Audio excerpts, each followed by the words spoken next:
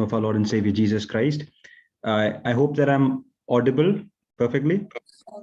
All right, thank you. It's a joy to be speaking to you, all this nice little group from Ireland, ICPF. My name is Asher, and I also have my brother Ashish. I hope he is also present here. And we are brothers, obviously, and we are part of this team called the Carpenter's Desk, a Christian apologetics team. And just a couple of weeks back, we connected with Jay's brother, and uh, we just planned this and organized this series called Why Believe. And over the course of this series, what we intend to do is just share the evidences of the Christian faith to basically interact with you guys. I know that you guys are very smart, and all of these sessions would, some of the things that we will be discussing, you may have already heard in the past. So we look forward to have this through these sessions. We also look forward to learn from you, and I hope that this will be a great blessing in your lives. All of you guys who are, you can, who can turn on the video cameras, please do that. One of the challenges about speaking in the Zoom platform or the virtual platforms is that you don't most often you're staring at yourself and speaking on the screen. So if you can turn on your video cameras, that would be great, so that I can also put a face to the names that I'm seeing here. So today we are starting the series called Why Believe, right? As the theme itself indicates, what is the reason to believe what you believe? In fact, there are so many beliefs out there. There are political beliefs, there are cultural beliefs, there are religious beliefs, and beliefs, when they come together, make or formulate your worldview, right? What is a worldview? Worldview is nothing but, if you can decompose that word world and view, the way you view the world. Now, the way I see the world, or I see things around me, is through these glasses. That's how I perceive the world. Now, when you talk about a worldview is basically those set of beliefs through which you view not just the people around you, but also how you understand reality as a whole. How do you understand the universe that you're living in? Is it a creation, or is it just a random product of chance, matter, and time? How do you understand your fellow human beings? Are they worth equal dignity and respect as yourself? Are they or are they also just a pure outcome of chance? So when you look at all of reality, what is the lens through which you are actually viewing the world? And as Christians, the worldview through which we look at the world, we analyze the world, is the Christian worldview. Now the question is the Christian worldview true? Right? There is, just like you have the Christian worldview, there are several other worldviews. There are religious worldviews like Islam and Hinduism and pantheistic religions, right? Then there are non-theistic worldviews like atheism and secularism. So when you compare all of these worldviews, um, are you and I as Christians, are we actually believing what is true, right? Can you be confident that Christianity is the claims of the Christian religion, the claims of the Christian worldview are worth holding to because they are true? So let's start by discussing what is truth. Can someone, before I even share my slides, what is truth? Any one of you? Can you have, like, an answer to that question? Can you just define what truth is? Please feel free to unmute and speak. So the way we will be doing this, me and Ashish, we often go around giving talks and pulpit sermons, but the vision and the intention of the Carpenter's Desk is to actually speak to people like you, interact with you, and have a two-way conversation. So feel free to be very, put all your doubts on the table. So without any reservations, please feel free to interact and converse. Someone speaking? What is truth? Which exists. Which exists. Which is existing. Which is existing. Okay. Who is that? I couldn't see the face on the screen. My name is Christy. Sure, Christy. So it is what is existing. That's a good answer. So whatever exists is the truth. Okay, so let me just ask you a counter. 5 plus 5 is equal to 10, right? That's like a mathematical statement. Is that something that exists or? That exists. That exists, okay. 5 plus 5 equal to 10 exists, fine. So now we'll be entering into interesting territories if we talk about the existence of mathematical abstract entities. That's an interesting. Any other answers? What is truth? Something that can be proved, something that can be based, something that can be backed up with facts. Something that can be proved is truth. Okay, so for example, let's go back 1,000 years, and you could not prove that that the sun was the center of the solar system. So people actually believed that the sun was going around the earth. So at that point, you cannot prove that particular statement. Would that mean that that was not a truth back then? You couldn't prove it back then. That's because of the lack of knowledge, but it was still there. And like when we discovered it, we finally found out it's the truth. So it was still there, but it was the lack of knowledge. They didn't know. So that doesn't mean that it's not the truth, right? Fair enough. So yeah, I'm just the intention is to just get this conversation moving. So yeah, of course. So, but do you also think that all truths can be proven? No, I don't think so, actually. Some truths, yeah, not everything, but I think the majority of depends on what it is, but it's very subjective, I think. But I think a lot of them can be backed up by facts, but there are certain things where you just like believe and you have to believe it's the truth. Got it.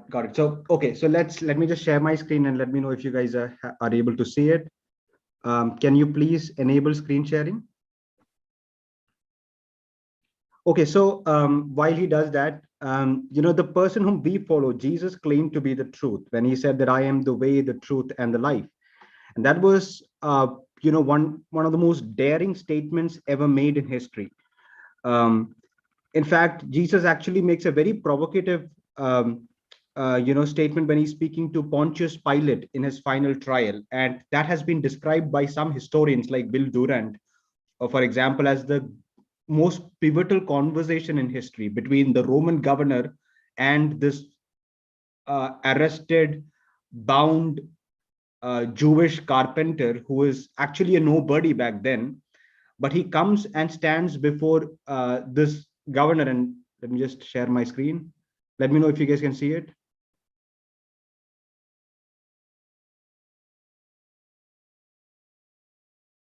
Can you just show a thumbs up if the screen is visible? Okay, all right. So when Jesus is standing before Pilate, and you will see this conversation recorded in the Gospel of John, chapter 18, verse 37 and 38. In fact, a few verses before that, to read the entire conversation. And it's very interesting because here you have someone who is held and brought to the Roman governor for capital punishment. He's held for claiming to be, because he claimed to be the Messiah. He claimed to be the king of the Jews. And back then, crucifixion had to be the end of it. That was the most heinous form of punishment, one of the most heinous forms of punishment that history has known, where a person would be completely naked. In fact, the drawings and the paintings that we see of Jesus actually cover his nakedness, but the Romans actually crucified people completely naked on the cross. And Jesus was heavily, wounded, and he was flogged. And after that, he's brought to Pilate again, and you have this conversation in that setting. And Jesus very daringly says that, yes, I am a king, when he's asked that, are you a king? And then he goes on to say, for this purpose I was born, and for this purpose I came into the world, to bear witness to the truth, to bear witness to the truth. everyone who listens to the truth, or who everyone who is of the truth listens to my voice. In response, Pilate asked a question, and the conversation comes to an end. So if you read John 18 verse 38, Pilate hears this. So here is this man who would, unknown to Pilate, and Pilate cannot foresee into the future, but this man is going to be the greatest influence in human history. 2000 years on, Pilate is, has been buried to the utmost depths of history textbooks, that no one actually knows who Pilate is, except for obviously people like us who know something about the Christian Gospels. But Pilate is just has faded into the books of history. But this man, whom Pilate will condemn to death on the cross, will for the next 2000 years be the greatest influencer that man has ever known. And he's standing right there and looks at the eye of the governor and tells that, for this purpose I was born. What purpose? You're actually going to condemn me to death? Yes, for this very purpose I was born. And I came to bear witness to the truth. And while he makes that statement, so Jesus is witnessing about himself. He's presenting himself as the truth to Pilate, and Pilate has a response to make. And a lot has been written about what Pilate actually says here. He says, what is truth? That is it. The conversation just comes to a full stop there. And then he walks away. He says, what is truth, and walks away. The historian that I just quoted, Will Durant, when he's talking about this particular conversation, he says that that was like a careless gesture. I mean, it's not very clear as to what was the mood of that conversation. What was the mood, or what was the intent behind that content, right? When he's saying what is truth, was he just, whatever, I don't care, what was that the attitude? Or was it like inquisitive? What is truth? And he waited for an answer. Well, when you read that, it does not seem to be the case. It seems to be a very careless attitude. He says, what is truth? Whatever. And he just walks away. And when you look at our culture today, you will see that that is the very attitude that is resonant in the wider culture, be it in your college campuses, if some of you are actually working, if you go to your workplaces, you go to your schools, you will see that there is a whatever, I don't care attitude that you hear when you speak about truth. And when you think about it, truth is something that, based on something that, some of the greatest wars in history have been waged, right? There were men and women who gave their lives for whatever they held as truth. But now here in the 21st century, we just don't really care. Now, a couple of years back, I saw this YouTube short film called Alternative Math. Has anyone watched it? A show of hands? It's a beautiful little short movie about an elementary school teacher. In fact, in this Why Believe series, we've done this elsewhere as well. This is one of the pre-watch that we actually give. So, this elementary school teacher actually teaches this 5 or 6 year old kid that 2 + 2 is equal to 4. And then she asks him again, so what is 2 + 2? And he says, it's 22. And she says, no, it's not 22. It's 2 + 2 is 4. So what is 2 + 2? Again, he says, out of rage, he replies back, it's 22. Then she calls him to her, and she takes a bottle of or a box of pens, and picks up 2 pens. These are 2 pens. These are 2 pens. You bring them together. How many pens do you have? He says 22 pens. And he just, slaps away that box of pens from the table and just walks or just runs away. That that particular matter is brought to his parents. The parents are brought to the school the next day. The teacher speaks to these parents. Look, I had this conversation with your kid, and I just tried to explain to him 2 + 2 is equal to 4, and he just got angry, and I hope that you can take care of it, and blah blah. And then the parents are like, wait, what did you say? 2 + 2 is what? 2 + 2 is 4. And the parents go like, who are you to force that on my kid? If he says 2 + 2 is equal to 22, who are you to tell my child or to force your view of math.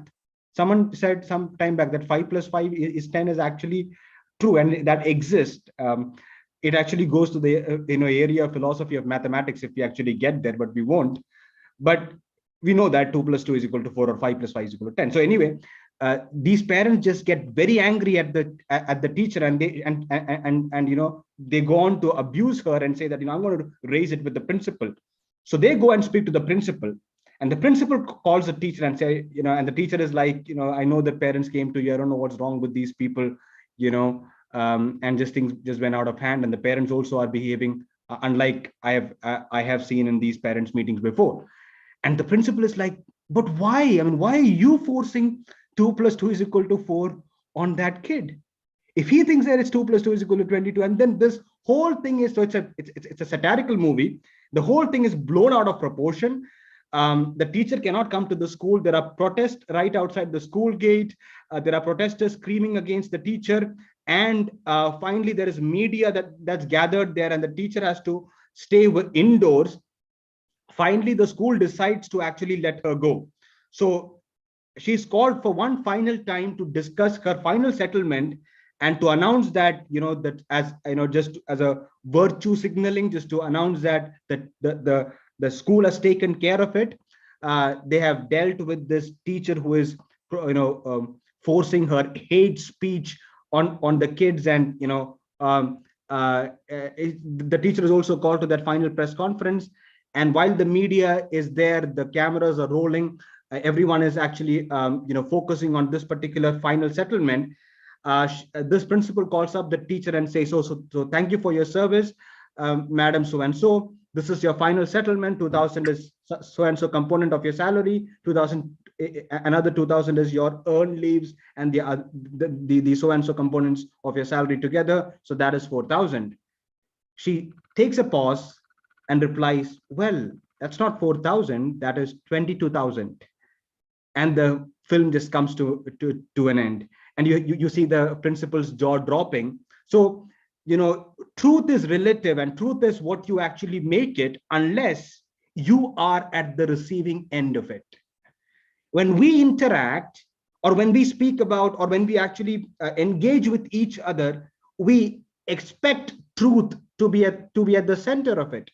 When we tell someone that, oh, that is not fair, or what you just did is not right, or that was my seat, I was sitting there, or so when you make such value judgments, and we do that every day, we are all assuming that there is a standard that we must adhere to, right? All of these statements that we casually make every day, we assume that there is something absolute that consciously or unconsciously we are all subjected to, that there is an absolute truth that is outside of ourselves, to which we have to adhere to. So anyway, moving forward now, pay attention in this particular session, and the next session might be a little bit of not technical, but some jargons or something, but we will obviously simplify it.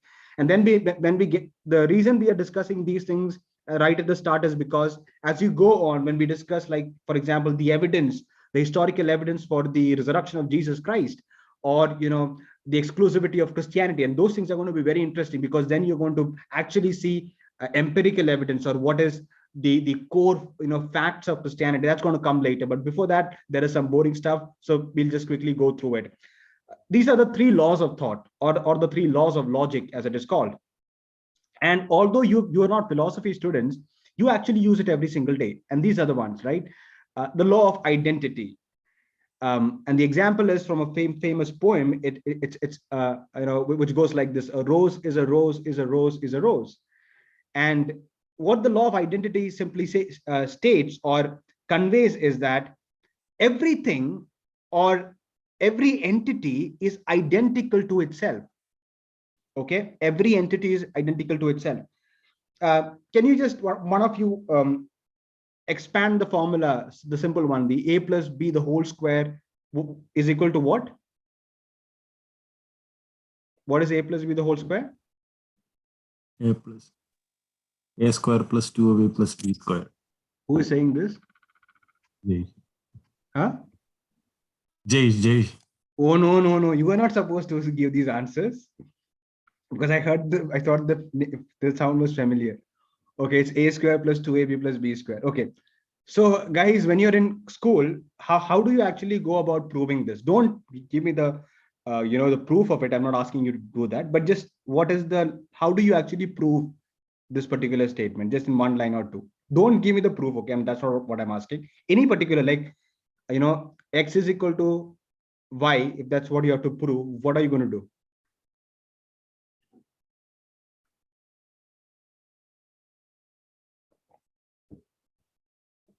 Oh man. Maybe when I say it, you'll remember. Anyone wants to try?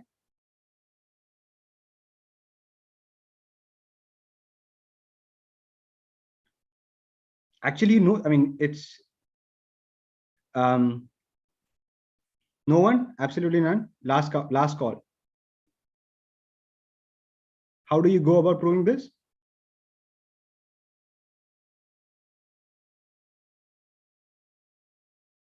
Okay, so just to refresh your memory, you will have two equations, right? You will start with the left-hand side of the equation, you will solve it, and then you will say that this is the equation number 1. And then you will actually take the right-hand side of the equation, which is a square plus 2ab or whatever. Then you will solve, another set of equations, and you will arrive at some equation number 2. And then you will say from equation 1 and 2, LHS or left-hand side is equal to right-hand side. That's how you used to do it, right? Am I speaking Latin, or is it something different in Ireland? In Ireland, that's not how math is taught. Okay.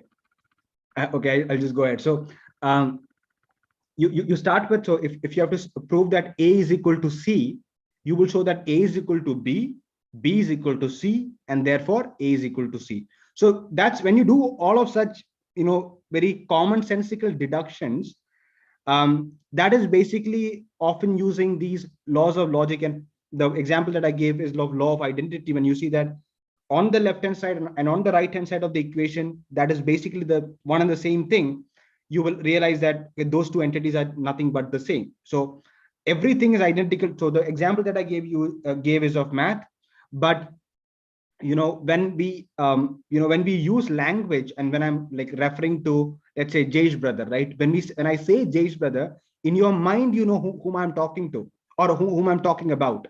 So not to confuse you, but whatever is in the language, whatever we are labeling as Jayesh, that is his name, we both, when I am saying it and when you are listening to it, you know that what is it being referred to, right? That is basically how the law of identity is actually very casually used every day. We may not actually be aware of these terms, but this is fundamental to our daily conversations and how we conduct ourselves every day. The second is the law of non-contradictions, which states that contradictory statements cannot be true. What if I say that the AC in my room is turned on? Okay, given that there is an AC in my room. Now, it can either be true or false. Can the AC be both on and off? No. By the virtue of it being on, then it actually means that it is not off, right? So two contradictory statements cannot be true at the same time. I can say that, okay, this coffee is hot, okay? And now the coffee is either hot, or is it it's not hot, right? It's maybe mildly warm or turning cold. So when I say any particular statement, there are only two options, that either that statement is true or that statement is false. That is basically the next one, the law of excluded middle. Okay, so contradictory statements cannot be true at the same time, and there are no other options in between, right? When I say that the AC is on, there are only two options: the AC is on or the AC is off. There is nothing in between. Maybe I can say that, well, I don't know, maybe it is on, but that is not a statement about the AC. That is a statement about my knowledge, right? Because let's say I don't know that whether the AC in your room is on or off. So I can say that maybe it is on or off, but that is my ignorance or my knowledge of it.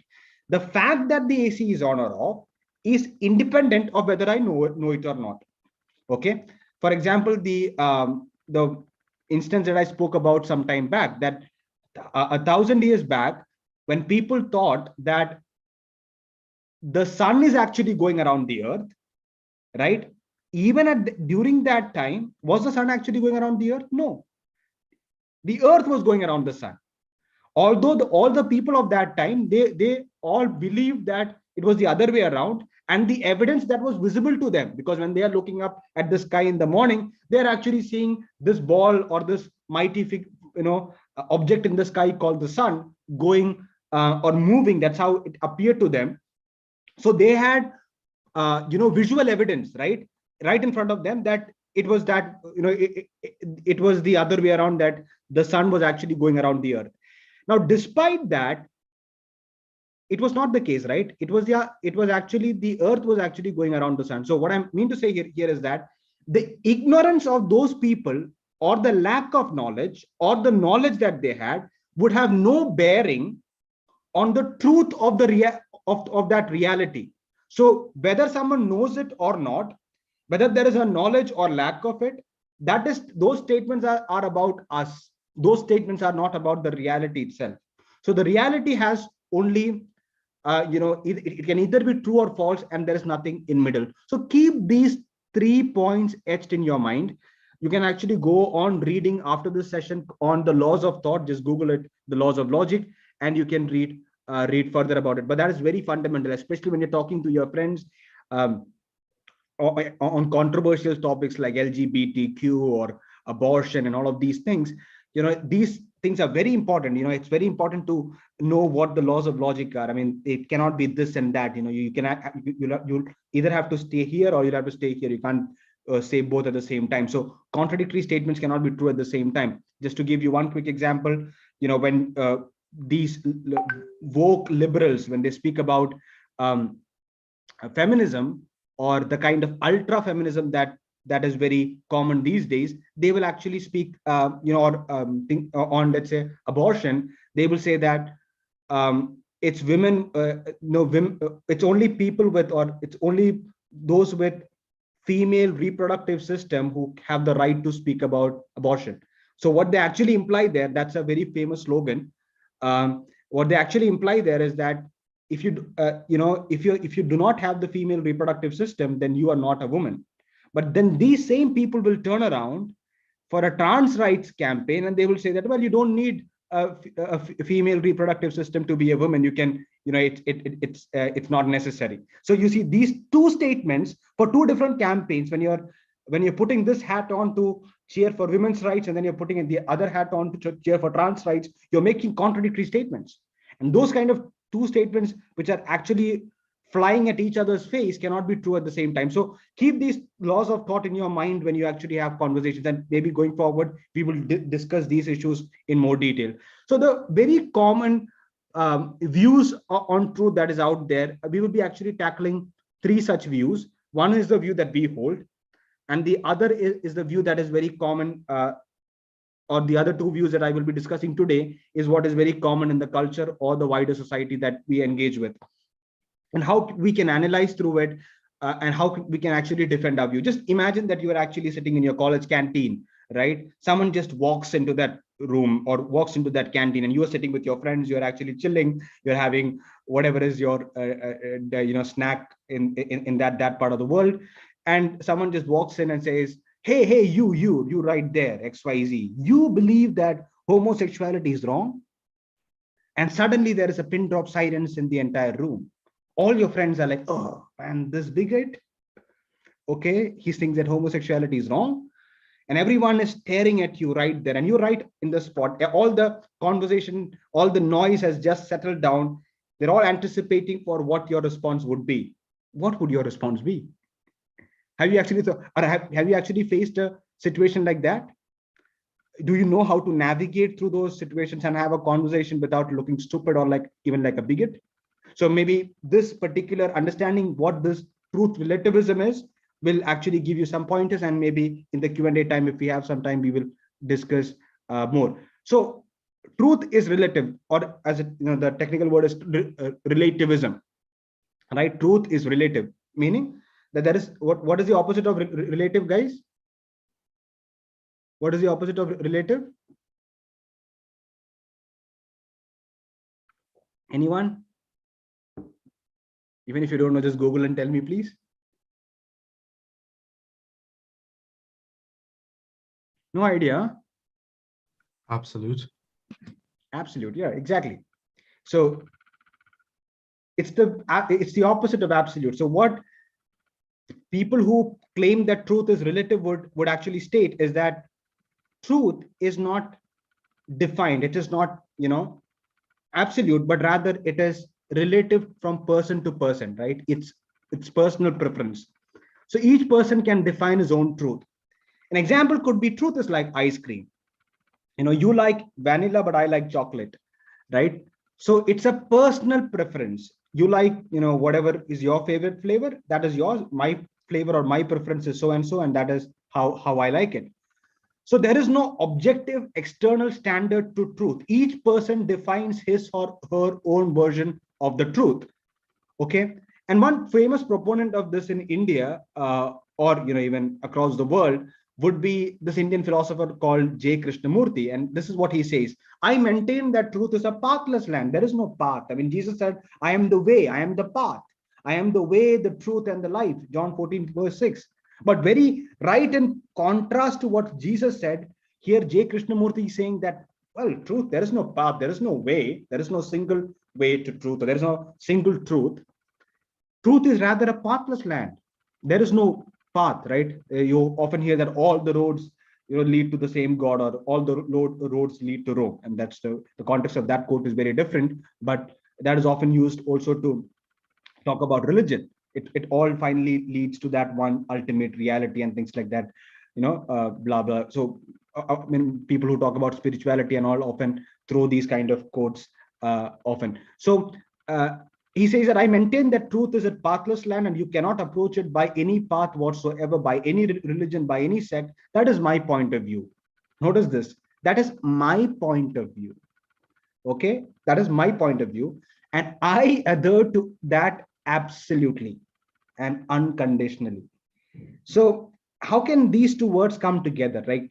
You can't say that it is my personal point of view, truth is pathless, there is no absolute truth, and then you say that I'm going to adhere to it absolutely and unconditionally. So the problem for the relativist is that relativism is self-defeating, right? When a relativist says that truth is relative, he is insisting that that particular position, that truth is relative, is absolutely true.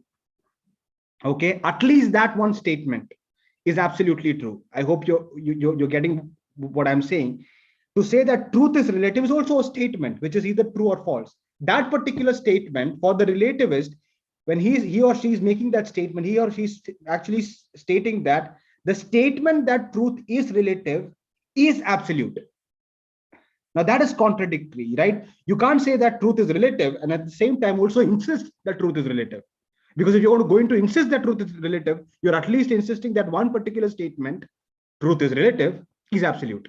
So that is self-defeating. Plus, the relativist believes that at least, pardon me for the spelling, the typo there, at least some truths or values are universal, including what it seeks to promote. So relativists also say that the reason they are pushing for relativism is so that there is no religious divisions, and relativism actually promotes tolerance, and we have people accepting all forms of religious ideas, and so they're actually promoting tolerance. So when they're doing that, let's say that it actually promotes tolerance. It does not, right? I'll come to that later if I have time. But in doing so, let's for the sake of the argument, let's assume that relativism will help in promoting tolerance. What they're assuming there is that tolerance, the virtue of tolerance, is objective, and that is absolute, and that is something that we should like, we all should promote. So intolerance is not morally good, but tolerance is, right? So they are actually insisting in at least one particular virtue is universal. Therefore, the denial of absolute truth requires a person to affirm it at the same time. There is no way out, right? Even when you're insisting that truth is relative, you are still insisting that you at least have to claim some exceptions to some particular statements or some particular values and take them to be absolutes. Now, quickly moving forward. So is truth a personal preference? I said I just gave you the example of ice cream, but look at this particular statement. I like banana. Now, this particular statement that I like banana is a statement not about the banana, not about the fruit, but it's a statement about myself, right? I'm stating my own preference. But consider another statement, a second statement, that bananas are good for digestion. Now, that particular statement is not a statement about me or you, right? Even if I do like or don't like banana, it's a statement about banana's own property, right? So this second statement is an objective statement, which means that it's the statement about the object. The first statement is a subjective statement where I am stating that I like so and so, or whatever is my personal preference. So it's a statement about my personal, or it's a statement about myself. It is subjective to me and can be different for you. Your taste and your preference can be different. But the thing that we are talking about, banana, its property is independent about me and you. It's independent from or what I or you like it or not. That wouldn't really matter. So when you think about moral truths, for example, the fact that murder or stealing or rape or any such morally qualifiable actions, when we say that murder is wrong, right? That is irrespective of whether I or let's say a serial killer who finds pleasure in killing people, right? He prefers killing people. He's a psychopath. But that would not really have any bearing whatsoever on the fact that murder is wrong. I hope you're with me. So the quality of the action as either right or wrong, what you call ethics, has no bearing whatsoever on the preference of the person who is committing that particular act.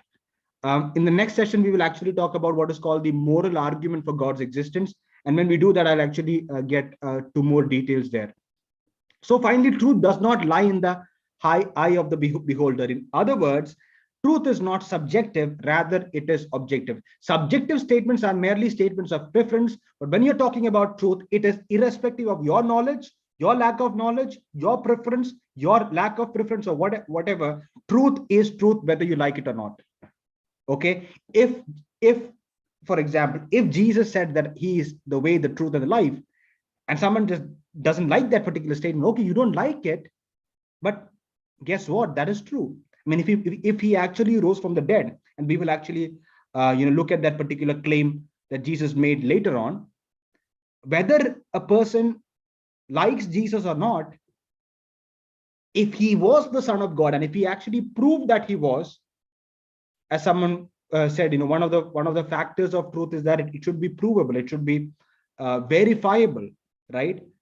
And mind you, Christianity is the only worldview that has a verifiable claim. There is no other religious worldview that gives a claim that can be verified. There is no worldview.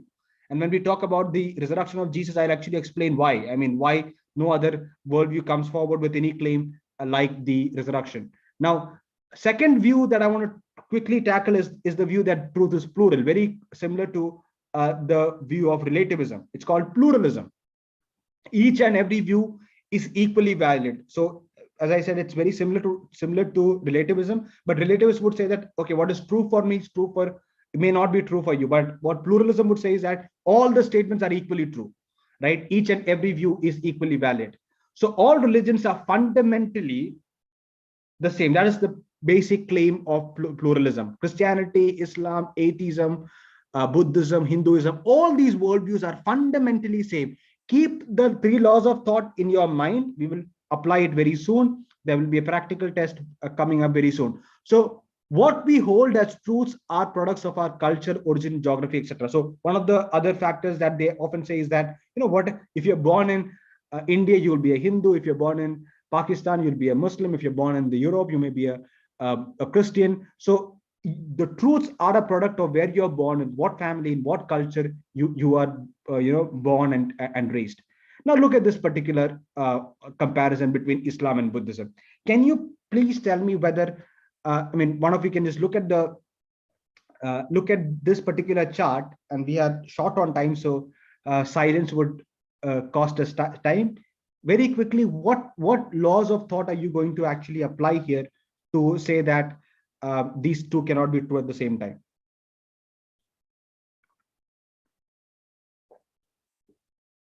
Anyone?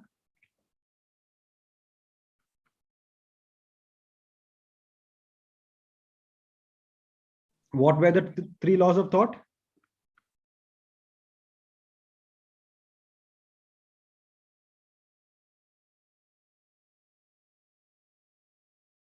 Are you guys here?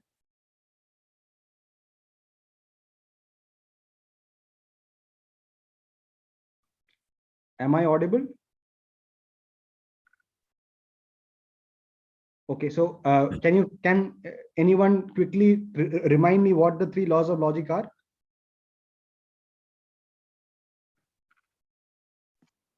The law of identity, law of non-contradictions, and law of excluded middle. Yeah, so which laws are being violated when you say that both these worldviews are true at the same time? Contradiction or non-contradiction.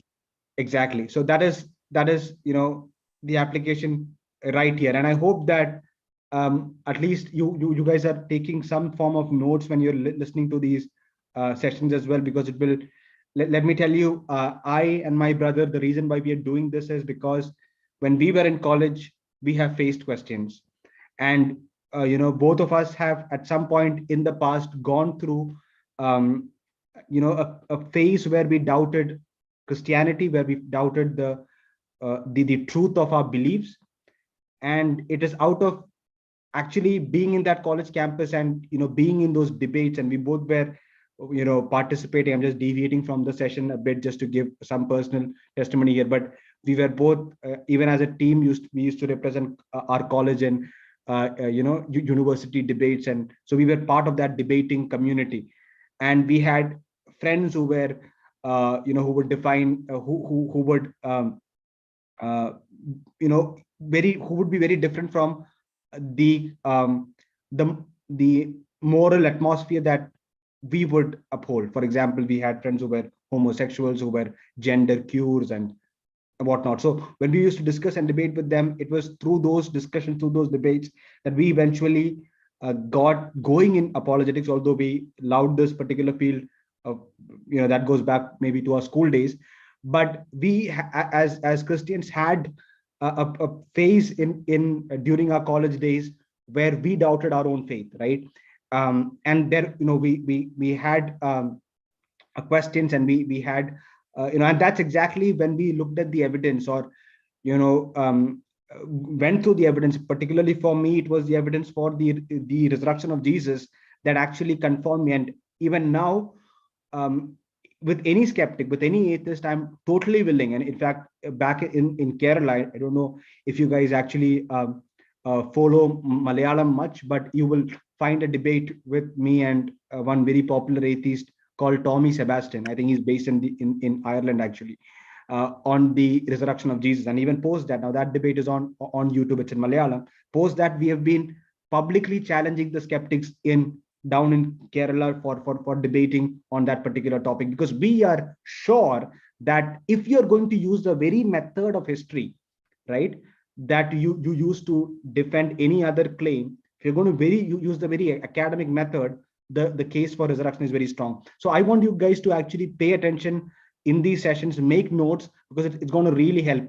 And let me tell you one thing straightforward. If this is not true, then it is not worth living by. Okay, if Christianity is not true, if Jesus did not really come into the world, if he did not really die and resurrect on the third day, then whatever we believe is false. And that is not what I am saying. In 1 Corinthians chapter 15, Paul himself, someone who was very well decorated in terms of his his education, his social status back in that day, Paul, or Saul as he was formerly called, he came to Christ. He endured all the suffering. He became a martyr for Christ in the city of Rome.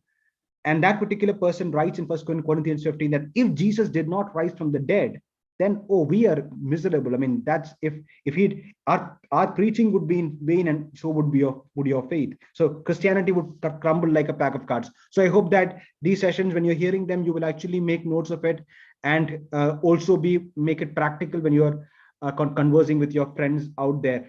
So first it should convince you, and then you should go out convincing others. Anyway, so when you compare Islam and Buddhism, you will see that, look at the very fundamental claims, right? Islam claims that God is personal. Buddhism says he is not personal. Islam claims that God created the world. For Buddhism, world was not created, right? Man is sinful, man is not sinful. Man will spend eternity in heaven or hell. Man is not an enduring self. It's the the doctrine of reincarnation or rebirth that is dominant in Buddhism. Salvation is by faith and good works. On the other hand, in Buddhism, it is not salvation or it is not a salvation that is the ultimate aim. It is annihilation or the ultimate moksha, as they call it. So if you add more religions here, like you had Christianity there, you had Hinduism there, you will see that they're all making contradictory statements. So when you apply the law of non-contradiction, you can say one thing: either all of them are false, okay, or one of them is true. The option to say that all of them are equally true at the same time, you should definitely respect all religions, right? That is tolerance. The false definition of tolerance that is fed into our culture today is that you should accept all worldviews to be true at the same time. That is dumb. That is stupid. That is not consistent. That flies at the face of what we understood as a fundamental law of logic, law of thought. Contradictory statements cannot be true at the same time. 5 plus 5 is 10 and 5 plus 5 is 20 cannot be both true at the same time. If 5 plus 5 is equal to 10, then by virtue 5 plus 5 is equal to x, y, z, whatever you add there, all of those equations would be false by the fact that one of them is true, right? So one of them being true would actually falsify all the other theories that are postulated, and that is also the case in science, right? If there is a particular scientific phenomena that has to be explained, take for example the theory of atom, right?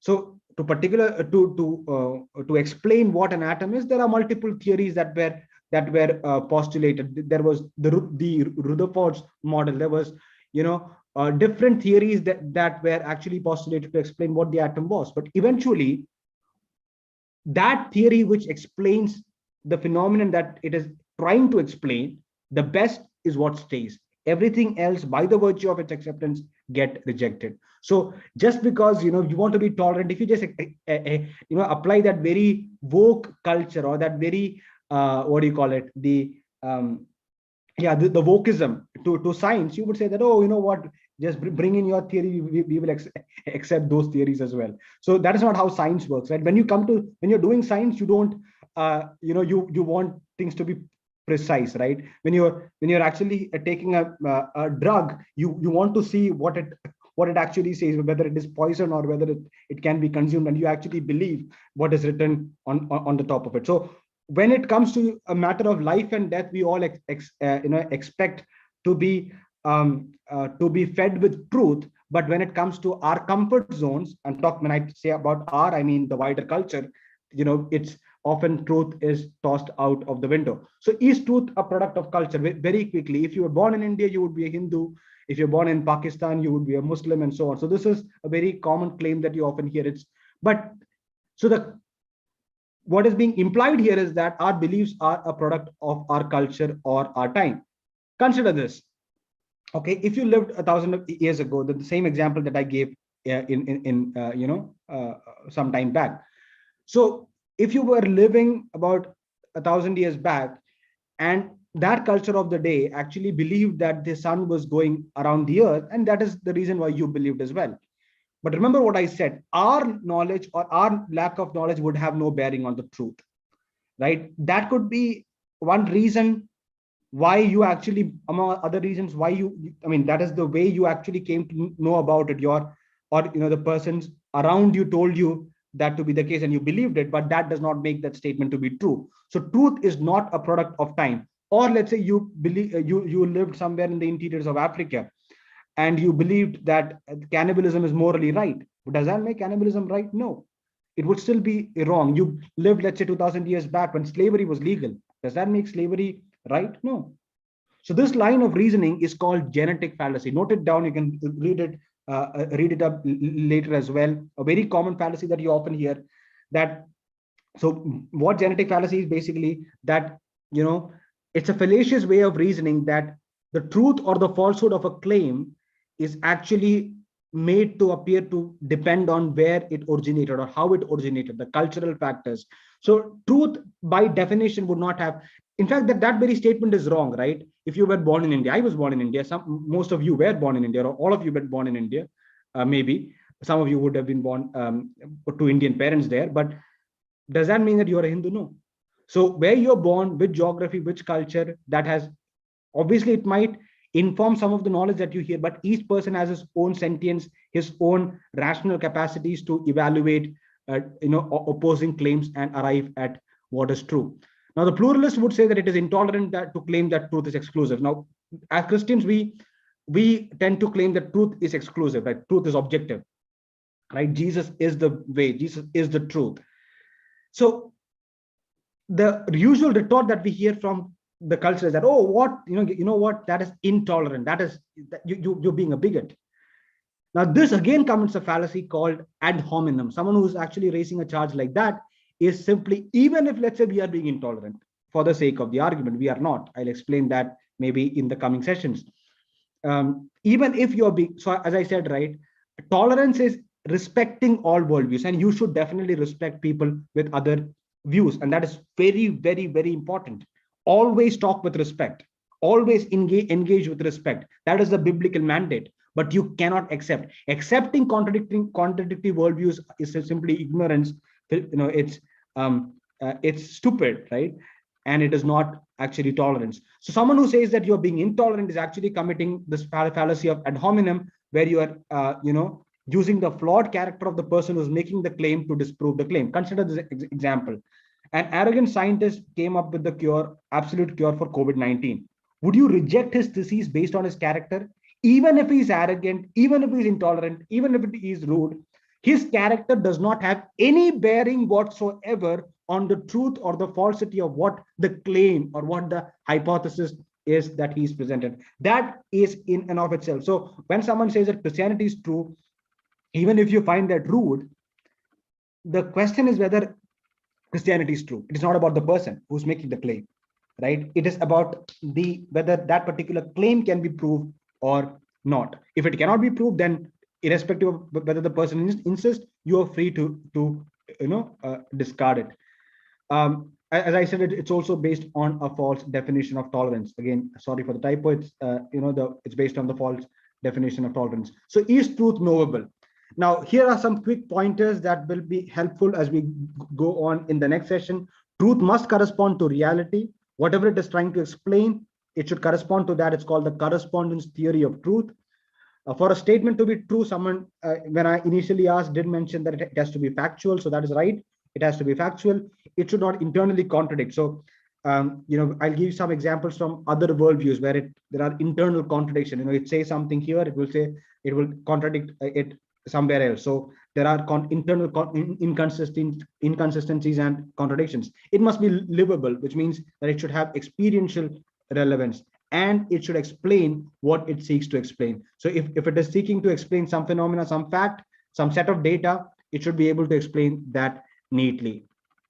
Back in the late 1960s, the Time magazine had an iconic cover. It's probably regarded as one of the greatest or one of the most iconic magazine covers of all time, which said, "Is God dead?" And that was in the 1960s. Okay, the 1960s, it's very important because this was post-Darwin, a couple of centuries after Darwin, the evolutionary theory came forward, and there was a lot of things happening in the culture. The culture was of that time. There were a lot of theories of human psychology that was being developed by Sigmund Freud, and there were so many philosophies out there. And eventually, in the 1940s and 1950s, even in philosophy, right, the field that discusses evidence or arguments for God's existence, atheism kind of had an upper hand. Okay, and in the 1960s, and now that is completely turned, it is the waves have completely turned around. And if you discuss today, the case for God's existence based on the sciences is stronger than the other way around, and we will obviously be discussing even the scientific arguments for God going forward. But so in that context, this Time magazine had an article by a philosopher called Quinton Smith, who kind of argued, not, I mean, I could be, my memory would not be serving me right there, but there was an article that argued that basically God is now out of the scope of discussion, and God is no more there. So the question that came in the cover was, is God dead? Right? Have we killed God? Right? Is God just dead? Guess what? Pause and move forward to the 20th century. This, I think, appeared in 2021 or 2020. In the very iconic style and font that was used for this particular cover, is God dead, in the 1960s, the Time magazine had this question on its cover: is truth dead? The consequence of eliminating God is that you end up eliminating truth. Maybe not now, maybe not tomorrow, but in the span of time, where there is no God, where there is no reference, where there is no standard, truth goes for a toss. One particular verse and we will close, and that is Judges 21 verse 25, the final verse of the book of Judges. In those days, there was no king in Israel. Everyone did what was right in his own eyes. You know, Judges, the book of Judges, if you read that book very closely, the most pathetic human crimes that can be imagined, from heinous rapes, murders, all the most depraved or the most wretched human activity is recorded in the book of Judges. It's pathetic. It's the same set of people that God delivered and brought into the land of Canaan. But in the book of Judges, you will see that things just go completely out of hand and people are living in a moral mess. And when that book comes to an end, the author mentions the reason was there was no king in Israel. There was no reference. There was no standard. There was no lawgiver. There was no judge. I mean, judge in the sense that there was no absolute, arbitrator. There was no king in Israel. And what was the consequence? Everyone did what was right in his or her own eyes. If there is no moral lawgiver, if there is no ultimate authority, if there is no standard, if there is no reference, if there is no God, I'm actually taking further from that particular context. If there is no lawgiver, if there is no God, then morality becomes relative, truth becomes relative, each one becomes his own God. We see statements like my body, my choice, my life, my rules, right? I've seen that on t-shirts. Okay, all of that kind of arrogant statements, like the I am statements, right? That I am my own God, that arrogance that you see in most of your peers today, right? And that's very much evident in today's culture, is actually born out of the idea that God is dead. We can be our own gods. We can walk with our lanterns lit. The next session, we will look at an argument for God's existence, one philosophical argument, and then we will look at the scientific argument from biology, from cosmology, which Ashish will be taking. So how we are planning it in the next couple of weeks is that we will discuss the evidence for God's existence, and then we will move to the historical claims of Christianity. With that, again, thank you so much. I think we have just moved the clock slightly ahead. And sorry for that. Back to you, Jayesh brother. Thank you so much.